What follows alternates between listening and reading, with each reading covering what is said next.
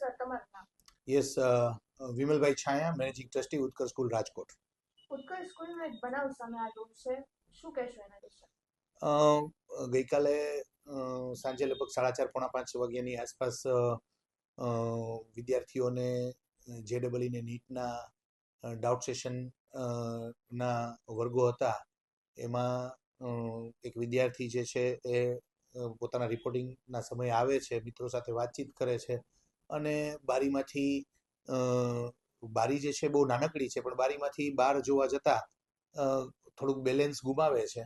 એટલે એ તરત જ ભગવાનની દયાથી બહાર એસીના યુનિટ મોટા મોટા છે એને એના સ્ટેન્ડને પકડી લે છે અને ભગવાનની દયાથી નીચે જે ધાબા જેવો ભાગ છે એની ઉપર ધીમેકથી રહી અને છોડી દે છે અને સંજોગવશાત ખાલી જસ્ટ હાથમાં થોડુંક એને લાગે છે અને એક મોટી દુર્ઘટના થતાં બચી ગઈ છે.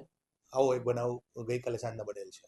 સર, બારીમાંથી આવી રીતે આમ નમે છે એટલે એને કઈ ચક્કર આવ્યા હોય એવું છે એટલે કે કઈ? અમે પૂછ્યું એમને, એના વાલીએ પણ પૂછ્યું, એમને પણ પૂછ્યું, પણ એમણે એવું કીધેલું કે એ સમયે શું થયું ને મને કઈ ખ્યાલ જ નથી. એટલે કદાચ બની શકે એવું કે સંજોગોવશાત કોઈ બીપી એબનોર્મલ થઈ ગયું હોય કે એને થોટ પ્રોસેસમાં શું ચાલ્યું હોય એ સરખી રીતે બાળક જે છે એ કહી નથી શકેલ.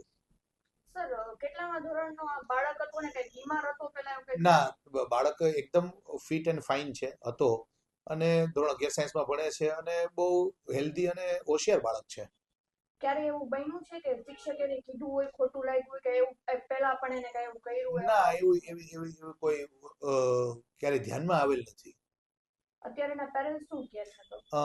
તરત જ આ ઘટના બની, થોડુંક એને હાથમાંથી લોહી ઈજા થયેલ, લોહી નીકળતું હતું એટલે તરત જ હાજર જે સ્ટાફ હતા એ એમને દવાખાને લઈ જાય છે અને પાટાપીંડી કરી અને વાલીને જ ઓન ધી સ્પોટ બોલાવી લેવામાં આવે છે અને વાલી જે છે એ પણ એમને સાથે પ્રેમથી વાત કરે છે કે બેટા શું થયેલું, પણ આ જ રીતની ઘટનાનું વર્ણન કરે છે બાળક કે ભાઈ મને ખ્યાલ ન રહ્યો કે ભાઈ હું કેવી રીતે પડી ગયો.